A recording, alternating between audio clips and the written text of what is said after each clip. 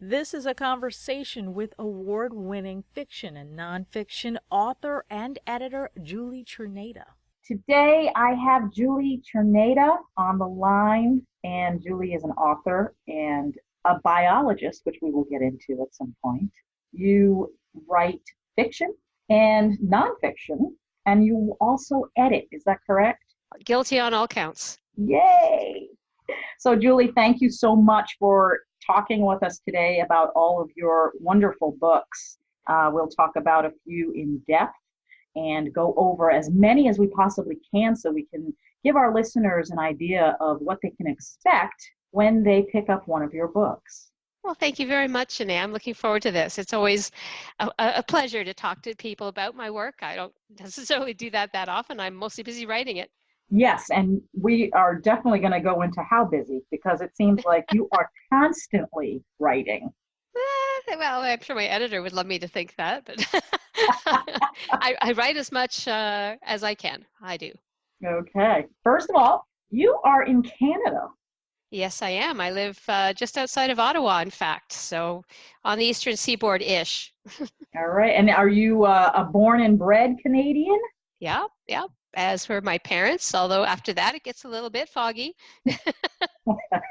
As it does for most of us. So tell us a little bit about your background, how you got involved in writing, what sparked that wonderful creativeness that comes from your brain. And it is incredibly creative, I have to say. Thank you. And again, I mentioned that you're a biologist. I think that has something to do with it, given what you write about. So, well, I think that there's a common thread through my life and to what I do. It's been curiosity. I'm just insatiably curious about things. I turn over rocks. Even now, I'm still forever doing that to see what's there, nicely and gently, but I want to know. This started as early as I can remember. My parents were wonderfully indulgent, and I had fish tanks of things, and I had stuff crawling through the house. So the biology part came right from the beginning. I was fascinated by living things. So that, I think I was 3 when I first said the word biologist, and it never stopped. 3? Yeah, I think people would say, would you like to be a vet? And they'd say it sort of in the way you talk to children, and I would say biologist. Wow. My mother must have taught me that word, but I was keen and hung on to it. There was a brief flirtation with being a biologist who traveled into space. So I took physics a lot to make myself prepared, but it didn't quite turn out. But I think the imagination was always there too. I loved reading. And when I discovered science fiction at about age 10, I guess, I loved it even more. And I read and devoured it. And so I think I would have stayed on that course, a scientist and a reader, until Tarzan. Until Tarzan. Now that's interesting. Tarzan did it. My parents did it, but Tarzan was the instigating book.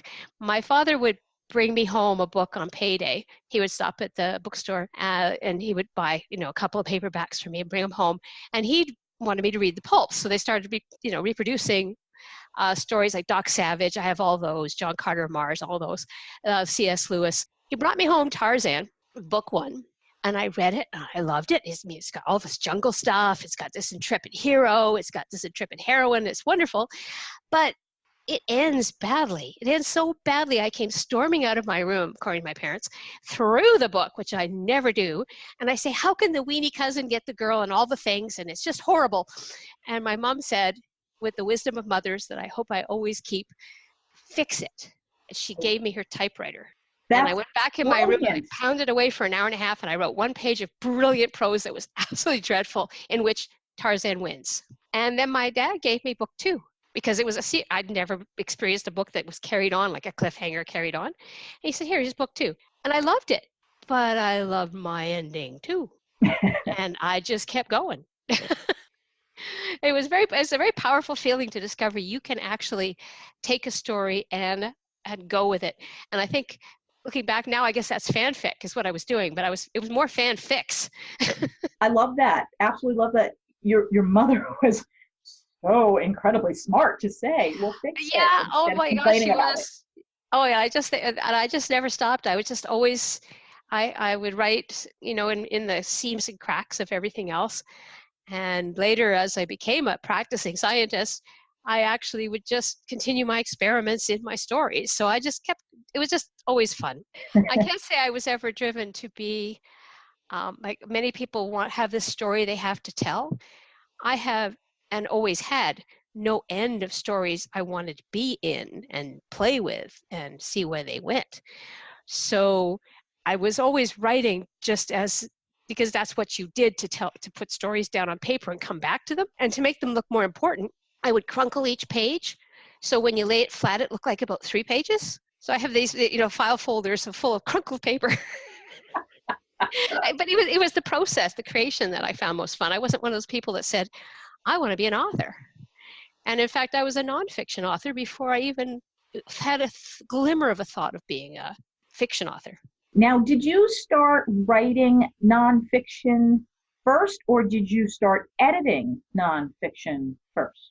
Writing, actually. A friend of ours, actually our best man at our wedding, he was a teacher, and he was approached by Wiley a representative from Wiley & Sons, who said to him, do you know anyone who can write?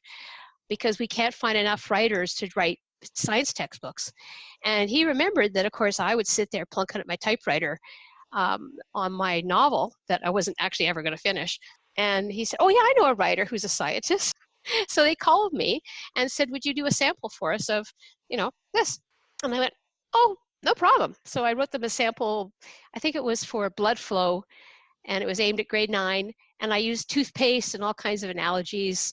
And they loved it. And they hired me on the spot to write the biology for a grade 9 textbook series. And it just I said, I can get paid to do this? It was wonderful. Was that in 93 or earlier? 81. 81, oh, much earlier. Yeah. I think my first, it was 85, I think my first textbook came out. So yeah, no, it was closer to 85. I lie. 81, I think I was rewriting some lab manuals and things, but that's part of work. I think anyone who works, you're always writing something, grocery list or whatever it is. You don't think of it as being an author. It's just part of the process of what you're doing that day. When you see it come out in print, that's when you know you've done something. So textbooks, kids everywhere are reading your work. Which has got to be a really cool feeling. Well, the best part was when our kids were old enough to use my textbooks, then they knew I'd written the teacher's guide and the exams. Oh. They said, Mom, help us out. Yeah, well, I think that it wasn't so much that they respected that I could help them with that, is that they doubted their teacher knew as much. Oh, wow. Because the teacher didn't have the teacher's guide. They couldn't afford it. And I had one. So they say, why don't you give our teacher the teacher's guide? And I said, I can't do that. Oh, wow. It was, but the one thing that I really value from that is that both our kids learned that textbooks are written by living people. They're written constantly they're changed constantly as curriculum changes, and they can be very different from one year to 5 years later, then 10 years later. And I think that gave them not just a respect for writing and that you could do it, but it gave them a sense of critically reading. They were reading that textbook and say, well, when was it written? Who wrote it? Where was it published? Which we try to teach adults to think that way, but they came out into it knowing that right off the bat. So that was the start of your writing. It was started by being paid for it. That's being paid for, yes, because you were writing actually since you were what, 10, 9, 8? 10, yeah. But my keyboarding skills are actually pretty good because I was typing from a one of those great big old Underwoods. Oh, and then I became an editor at the same time. Oh, okay. So then you became an editor. A professional editor, because what happens with many textbooks in the early years is that their science textbook will have physics, biology, and chemistry in them, and some astronomy and some earth science. So you have different experts writing those materials of varying caliber in terms of being able to write and express themselves. So in order to I became a developmental editor. So I would go through their work and I would make sure everybody was an easy read, everything was clear. And I loved doing that. And I turned out to be pretty good at that. So I actually did that as well as writing throughout. And then it seems as if at some point you turned to writing fiction, but it was geared towards helping kids learn about science. Is that correct? Well, interestingly enough, before that happened, um, my publisher, Trudy Rising at John Wiley and Sons, and my husband were sort of leaning on me to, why, you're a published author. You have a novel, like, have all this writing in your drawer. Why aren't you sending that to a publisher? And I would say no. I'd rather be naked outside and with strangers. But then the idea kind of took hold, and I thought, well, this would be kind of interesting. So as I was writing the textbooks, I picked the longest thing I had in my filing cabinet, because that's clearly the most logical way to do something, and finished it and sent that out. And that was 1,000 Words for Stranger. So while it was out, doing the rounds of publishers and stuff, then Trudy Rising also said, well, you use science fiction when you speak about scientific literacy all the time. We need some materials. You want to do some? And I went, absolutely. So while my novel was being shopped around, I was doing this science fiction, nonfiction crossover, really. It was wonderful. And then 1,000 Words for Stranger came out in 97, right? Yep. And that's part of the Clan Chronicles. It is now. Okay, because before it was called something else, right? Well, before it was a standalone, and I went on to write Beholder's Eye right afterwards, and that was one I always thought would be a series. 1,000 Words for Stranger, because it was my first book, and I didn't know quite what I was doing, or even that I would be selling more than one book. I really hadn't planned much, but I did have a big idea in it, and so once I had a publisher, I had Dawn, I had my wonderful editor, Sheila Gilbert. We talked about it, said, what, yes, there's a big story here. So then it became the Trade Pact trilogy. And partway through that, it became the 9-book plan. These things happen. Yeah. Well, and they happen a lot when you do not plan for them to happen. They just happen. Well, I think yes. And I think one of the things, I'm not going to say I bring to the table particularly, but I enjoy myself when I write, is to make a really well-developed world with lots going on. And when I'm writing the story, I feel like so much is happening, this over there and behind me and ahead of me. And I'd like those stories to read. I think I can't help but write those stories myself. So there was a lot in 1,000 Words for Stranger waiting to be sort of blown into more. That was fine. But I mean, I just wanted this really cool, zippy, far future, almost Star Trek, Star Wars kind of space adventure. And I had it. So actually, keeping on the topic of the Clan Chronicles, now I'm trying to understand. So help me and everyone. That's why I'm here. The Clan Chronicles consists of, as you say, 9 books, correct? 3 trilogies. 3 trilogies. Okay, so that's how That's actually more accurate, yeah. Okay, so 3 trilogies, which is the Clan Chronicles, which is 1,000 Words for Stranger, Ties of Power to Trade the Stars. Is that the 3 books? That's the first 3 books, and they were put under the moniker, because suddenly one needs one, for a series of the Trade Pact universe originally, and now it's cut down to the Trade Pact, just to make life simple. Okay, so that's the Trade Pact trilogy. Yeah. Then we have, interesting, we have the Stratification trilogy, but it's actually a prequel? Yes. Okay. And what happened, part of it was when I put 1,000 out there to be, maybe be bought, maybe not, I had no expectations. I had no idea whether, I knew the odds were highly against me, or the book, not me. I was a full-time writer, and actually I was a senior editor at DZ Heath for a while. So I mean, I had a very well-paying career, but I just liked writing this stuff.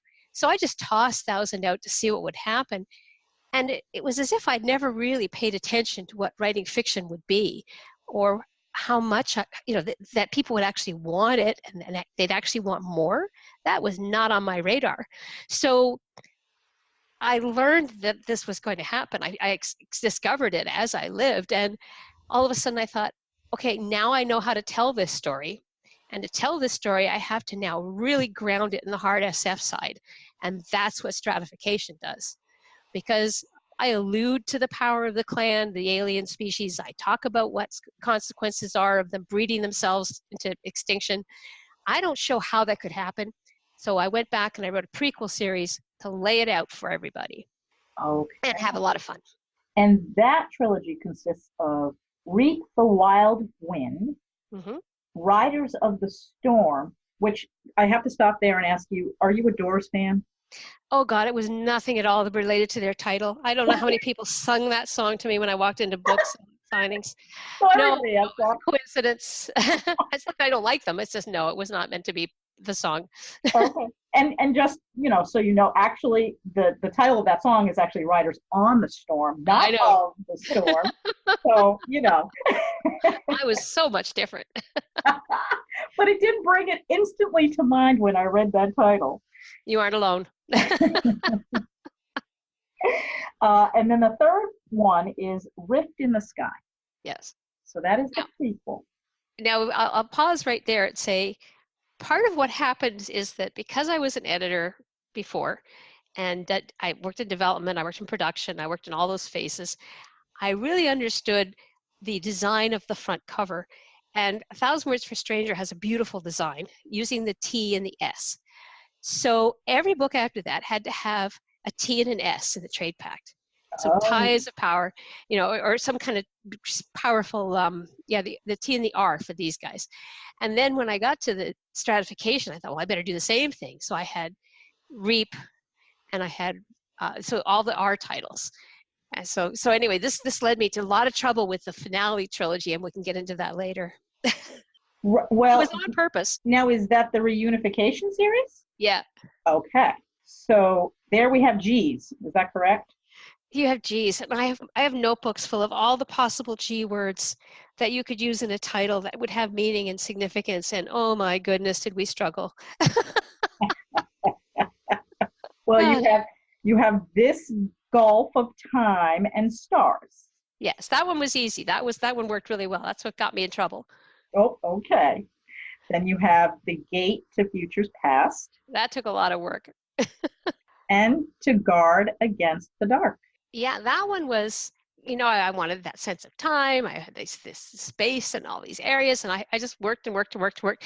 And finally I went, you know what, I'm overthinking this. What are the characters actually doing? Bam, this is what they're doing. So this is the title. And I went, oh, and I'm sure everyone in New York went, oh, thank goodness she settled on a title.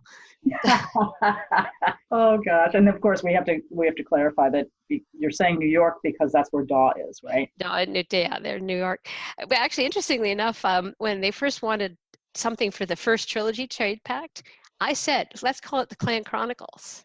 Huh. And at that point, Sheila quite rightly said, from a marketing point of view, that's a bad idea because you're a science fiction writer and that sounds fantasy. But when we moved forward, after I'd done, I guess I was in my 14th book by this point, she said, no, people know who you are. You call it the Clan Chronicles. That's there you go. That's right. Fair enough. So can you give us a summary of what either the whole set, all 9 books are, or break it down into the 3 different series? Okay, I'll give you an overview and then I'll break it down a little bit. Okay. The question I had in my mind was when I started 1000 and it pervades all the series is what if the reproductive secondary characteristics, like things like antlers or growing beards or any of these things that relate to sexual reproduction in a thinking species capable of, controlling their behavior, if they had an advantage, how far would they let it go? How much would they risk for the future generations to, for example, be taller? And we know that people love, there's the statistics that show the human race it likes to be taller. And so that's happening. And some of it's a little bit preference, but there's so much else going on. So I wanted to pick something truly worth having. So what I did was I gave the clan the ability to move through space, like teleportation. I just said, you know what? I'm just going to have them be able to use their power of will to move themselves. This is an incredibly powerful, useful thing to be able to do. But I had to tie that to reproduction. So what happens in the clan is that male and female have to bond mentally. They have to test each other's strength. And the female does the testing. And if the male's not strong enough, nothing happens. But if you keep pushing this forward, you get stronger and stronger and able to teleport further and further.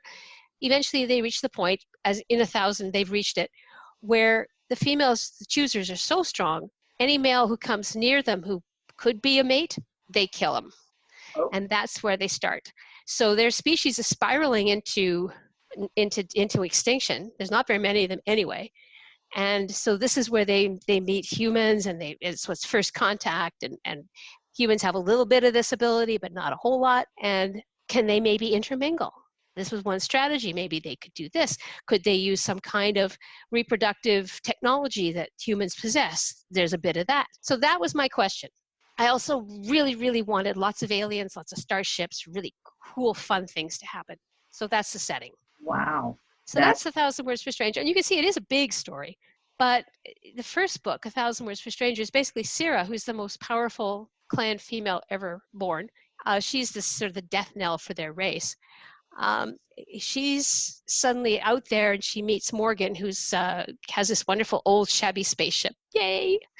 And the two of them he actually teaches her that there's more to a relationship than this innate testing for power. There's more to a partnership than you rule, I follow. And by the end of the book, of course, they're madly in love. It's a wonderful relationship that carries right through the series.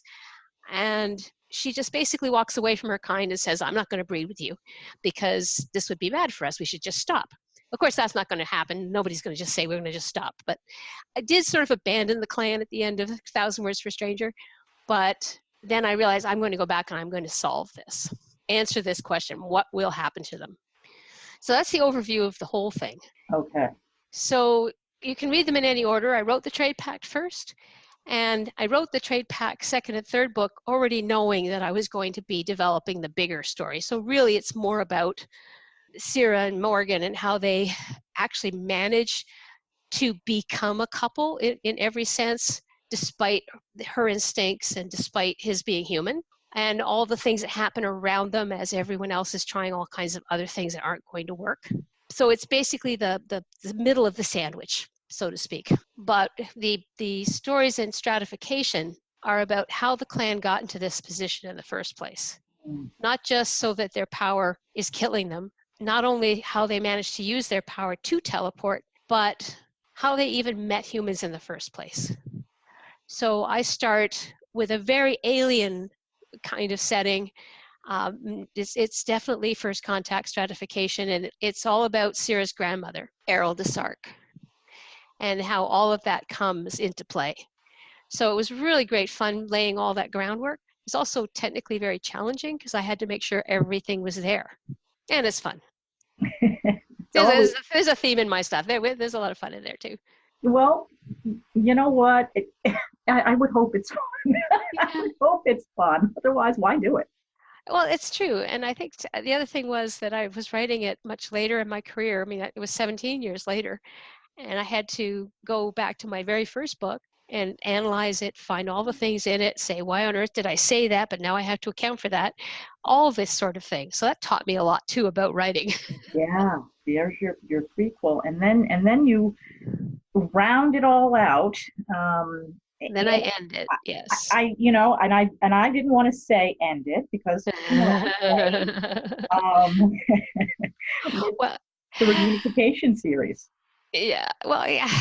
I say end it because there's something about a really good ending in a book, an ending that just makes you just want to not get up from the chair for a few minutes, just makes you just sit there in that feeling, whether the overwhelming emotion of it, the I didn't see that coming, or I'm really satisfied, whatever that feeling is. I love a good ending.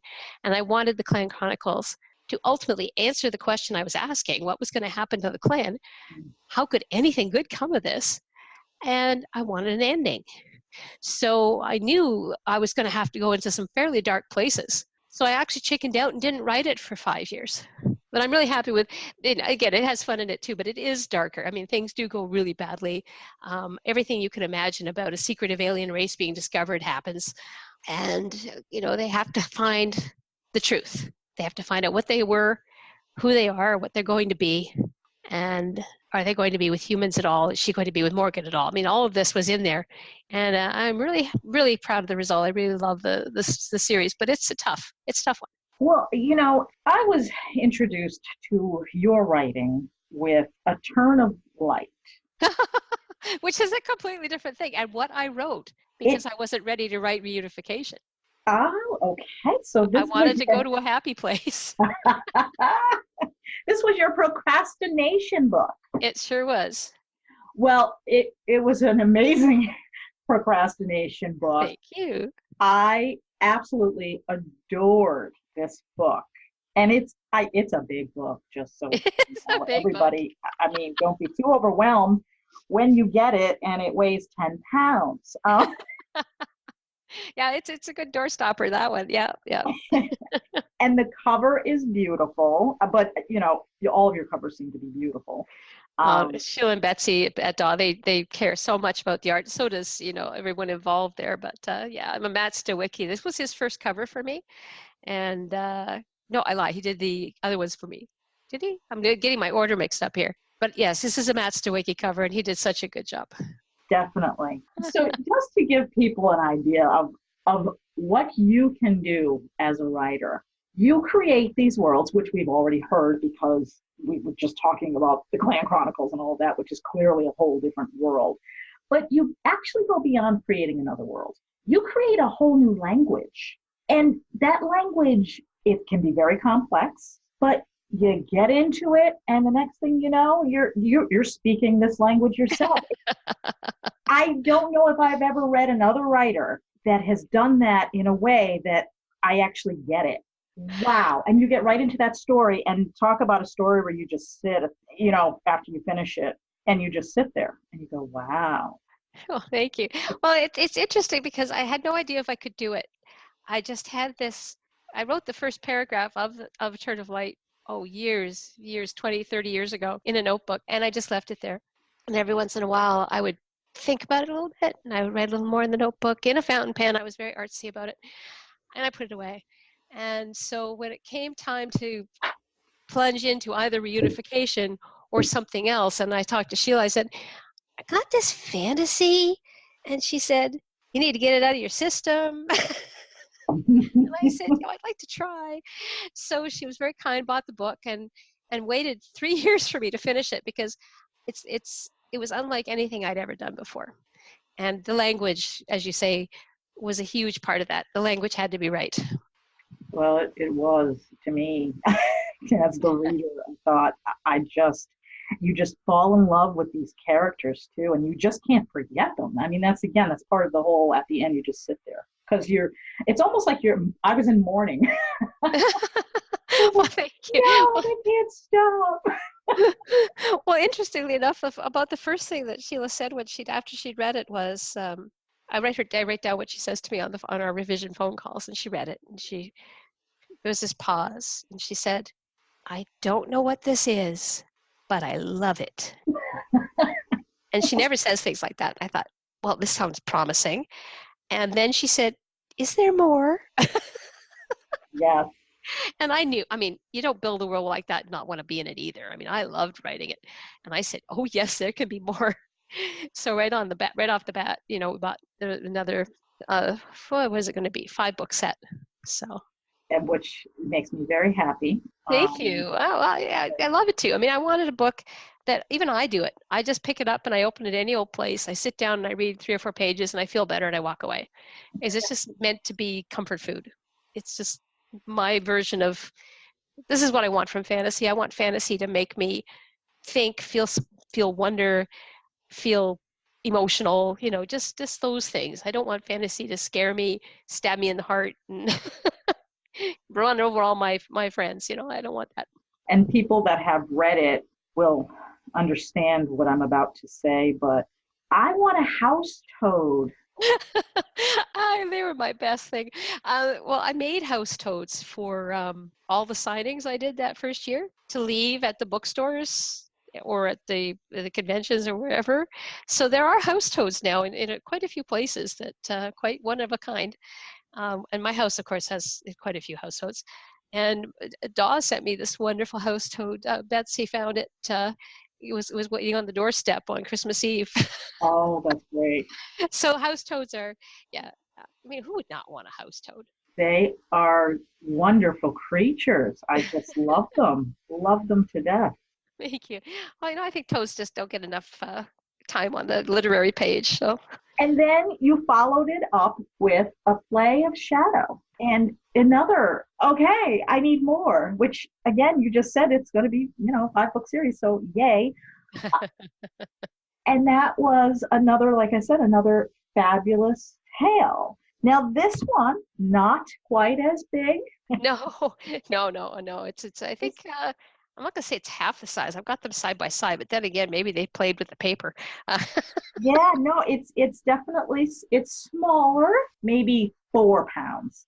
Um, Well, I know but people could forgive a first fantasy, and actually with A Turn of Light, because I didn't know if it would work, if I could write fantasy at all. I did it just totally for myself. I had no readers except our daughter is the model for Jen Lynn, so she got to read her character before the book came out. She was very helpful, but otherwise I just enjoyed writing it, and I just stuck myself in it, and I just stayed there, and as long as it was going to take, and when I sent it in, of course, Daw doesn't really care about books being that big. I'm hardly the biggest book they published that year, but for me, it was big. And definitely. play was because I'd already done the world building and set all the characters in motion. I could just start from there, so I wasn't too worried about going back too much. And I think you got Right. about a 2-page prologue, and then bang, you're in the action again. So Right, right. You didn't have to explain how all this came to be because, I mean, you definitely need to read, I think you need to read A Turn of Light first I because would suggest it. Yeah. that gives you the whole background of this world, really. And Well, I it's, think if you haven't read Turn, you might enjoy play, but if you're one of these people who, and thank you again, who hugs A Turn of Light, then you'll just love A Play of Shadow, I think. yes, I feel that. definitely. And I love turtles, but maybe not so much these. Well, everything has its its a little wicked side. But yeah, no, and I love again, you seem to have this theme that you carry throughout. And to me, and I could be wrong because you still got a few books coming. I'm Uh, just waiting for the next animal that's going to steal the show. Really, I mean, there's a few animals in both books, but you got the toads, and then you got the turtles. What's next? You don't have to tell us. well, I do have the novella coming out for next December, this coming December, A Dragon for William, Right. and there is, of course, the titular dragon, but I will also mention that crows become very important. So Oh, crows, if you like. okay. Yes, and I'm looking so forward to A Dragon for William. That's going to be a fabulous book. Now, that book is that going to be in print or is that No, it's going to come out straight to ebook. I think it's pre-ordering now for about two something, which is a really nice deal. It'll be about 30,000 words, so it's a good size story. Um, Ultimately, my hope is to write more of those and have those bound. That's a plan for down the road. But okay? I just wanted to make sure I kept my own toes in Meridell, and also for readers that because they're going to have a little bit of a wait before I write the next three. So I wanted to keep it going. So that was part of my motivation there. So I just want to make sure I understand. I am a page turner. I'm a Uh-huh. traditionalist. I will absolutely do an ebook if that's the only thing that's available. And oftentimes it is the only thing, and then the book comes out and I end up doing both, which is fine. Do you think that A Dragon for William will end up being bound or no? Not, I doubt it'll ever be bound as an individual book, like because it's just the cost of doing something so small, unless you're a incredible bestseller, is prohibitive. Which you are. You Well, are. thank you. I feel cuspy. I'm on cusp of things. Okay. We'll see how Gossamer Mage does. But right now, I'm not quite famous enough for that, and that's fine. I mean, the publisher has to be sensible about their investments too, and they know that the book will sell well enough to pay me and pay them and everybody else. And but I do look forward to seeing those things come out in print, and I don't see that won't. I won't say it won't happen. I just can't say when. Okay. Can you tell us a little bit about A Dragon for William? Well, the Dragon for William follows Werfel and his brother Semin as they've left right after Play of Shadows. Lila takes her sons home, And so this picks up pretty much about within a week or two of after that. So the Westis's family is back in their estate, and things are not the way they were. Things have changed. There's still some sense of danger, quite a bit. And Werfel, has decided that he just can't live in the real world, so he's going to write his own.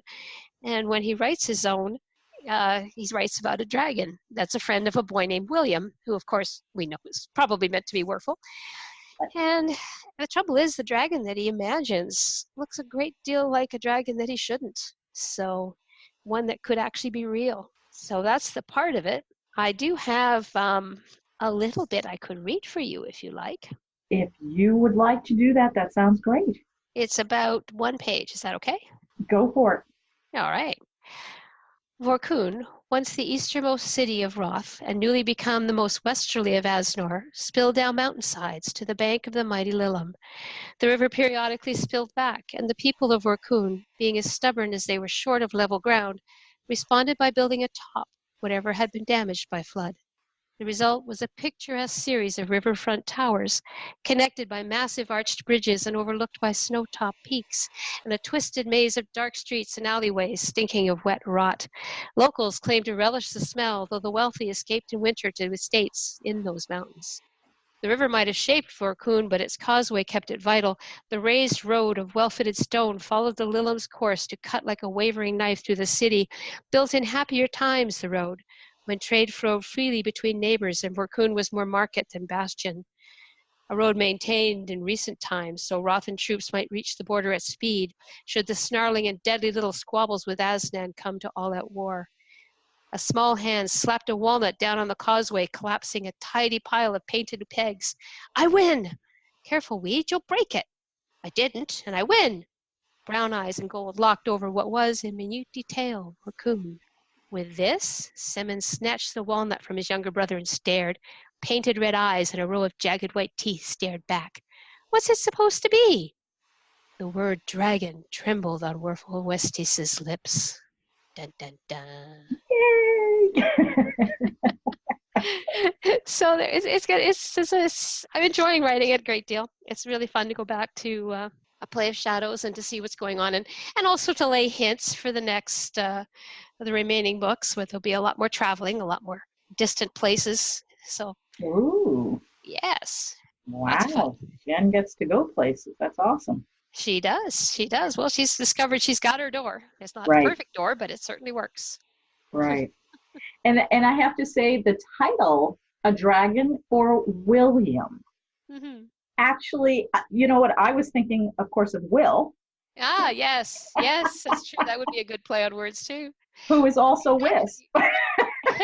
Well, it actually came about as a gift for a good friend of our family's. Her first son is named William, and he had a little bit of a tough time when he was born.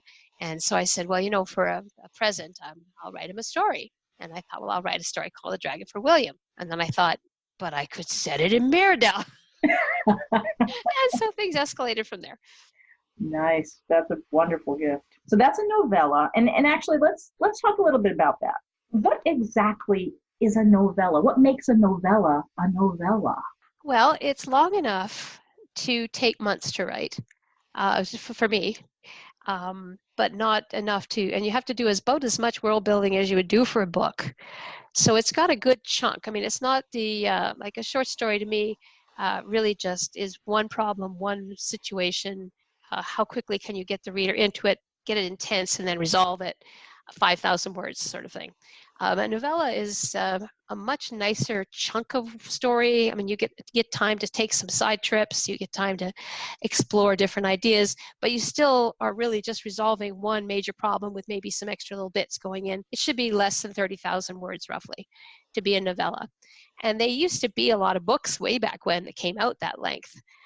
Nowadays, of course, they come out much longer. But novellas are very popular now. You see a lot of them. My first one was actually the beginning of A Gossamer Mage. I had never written a novella before, and I thought I'd give it a shot. So that was that one. And since you brought up Gossamer's Mage, maybe we should talk about that. Ah, yes. The fantasy of a different sort. Yes. Another world-building different language that you have to take your time with. And I love it. You just amaze me with your ability to create these worlds and different languages and pull these stories together. I do not know how your brain works. I think my family would say the same. Wow. Well, I think that there's a voice. When you say language, I would say voice to every story you tell and every audience you want to reach. But when my audience is me when I'm writing, so I do work towards having a unique voice. And when I have that voice, I know the story will just fly off my fingers. So until I find that voice, it's still just doing research, background, finding out who the characters are going to be. I'm not ready to write it yet. So it is an important stage for me. And I don't so much try different ones. I just know when I got it. And with Gossamer Mage, to some extent I was restricted because I'd already created it when I wrote the novella back in 2008 called The Gossamer Mage Intended Words. And it's the first novella that you read in the book about Mali and Ariel. And I've worked hard to discover that was actually my first long fantasy work. But once I had that, then of course the next novella introduces Kate, and her voice is different. So that was something I worked very hard to get, just to know what she sounded like in her head and what she would see and what she would care about. So playing between the two of them worked really well, I think. And another gorgeous cover. Your covers are just beautiful. And like I said, I mean, just looking at the cover, you go, ooh, what is that? And I want to read that. I mean, I have no idea what this is, but I want to read it. And then, like I said, you open it up and it's a completely different language. I mean, I've read books by authors all over the world, Italy and France, and there's a different way of writing when you're reading and I'm from America, when you're reading a person's book and they're from a foreign country. It's a different style of writing. And this is what this feels like, except it's another world. And I love that it's also the way that you write it. So the style of writing and the language and the setting, all of it comes together to create, again, this whole other world. I quite like books like that myself, where I'm like you, I'm a fast reader, and actually, I find with science fiction, unless it's C.J. Cherry, I can just usually read fairly quickly, but she puts a lot in there. There's a lot of layers, there's a lot of dense, and you can't miss one phrase in somebody's conversation, even though you really want to get to the next part. Not just to the extent that you destroy pacing, but I really enjoy having everything means something in Mage. Mage was very distilled. With Turn, I could just take my time. I could put as much in as I wanted, and I obviously did. But I also learned how to write. Another writer I really love is Patricia McKillop, and she distills her fantasy into the barest possible words, and they're fantastic, and they do everything.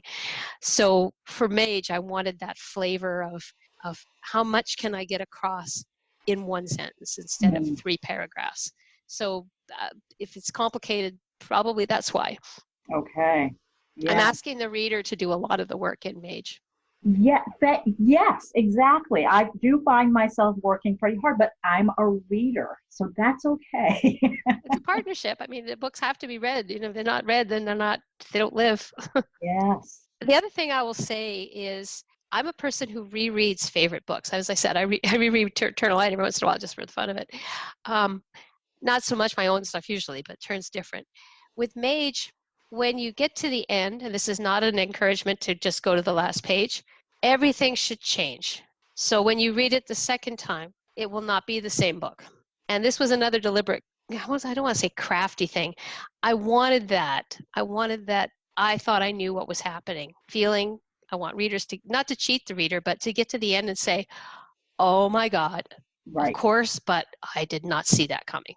So Mage has a little bit of that in it, and that was something I worked really hard to do. Nice. Because everything's there. Everything you need to know is there, but most people, I think, will not see it coming. Okay. There's always somebody who says, oh, I got that. And I thought, yeah, really? You peaked, didn't you? You peaked. What would you classify this book? Oh, boy. This is another one like Turn. What do you call it? I mean, Turn is basically a hot cocoa and a blanket fantasy with some Jane Austen. Um, Mage, to me, I don't even know what I'd call it. It's you could say it's epic. I think they categorized it as epic dark fantasy, Okay. which is putting it in with a lot of books that are not like Mage.